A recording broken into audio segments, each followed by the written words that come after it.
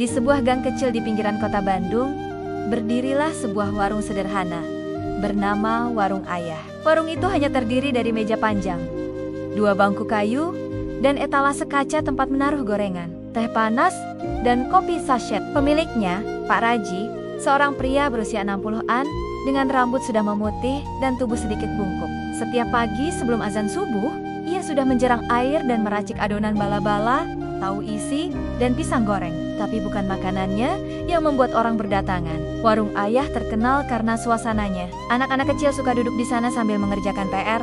Bapak-bapak buruh lepas singgah sebelum kerja. Dan kadang mahasiswa dari kampus dekat sana mampir untuk sekadar mengobrol. Di dinding warung, ada tulisan tangan bertinta spidol.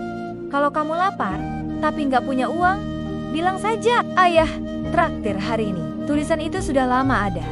Sejak anak semata wayang, Pak Raji, Amar, meninggal karena kecelakaan motor 5 tahun lalu. Amar semasa hidupnya adalah mahasiswa kedokteran yang sering mengajak anak-anak jalanan makan di warung. Ia biasa bilang, kita nggak bisa bantu semua orang. Ya, tapi satu perut sehari itu bisa menyelamatkan harinya. Sejak Amar tiada, Pak Raji meneruskan kebiasaan itu. Kadang ia rugi, tapi ia tidak peduli. Suatu malam, hujan turun deras. Warung sudah sepi, tapi seorang remaja lelaki kurus berdiri ragu di depan warung. Pak Raji membuka pintu dan tersenyum. Mau makan? Anak itu mengangguk pelan. Saya nggak punya uang, duduk saja.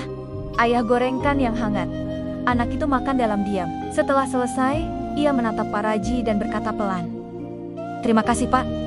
Saya Fikri.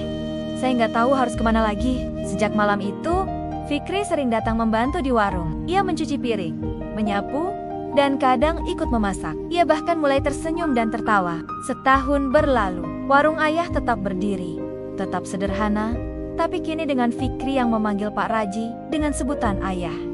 Suatu hari, Fikri datang membawa map biru. Di dalamnya, ada surat penerimaan beasiswa kuliah di jurusan gizi. Ayah, katanya sambil menahan air mata.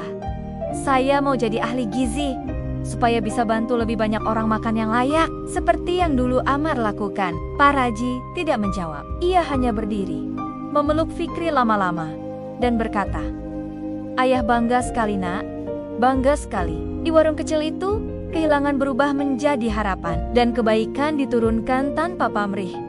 Dari satu hati ke hati lain, seperti rantai yang tak pernah putus.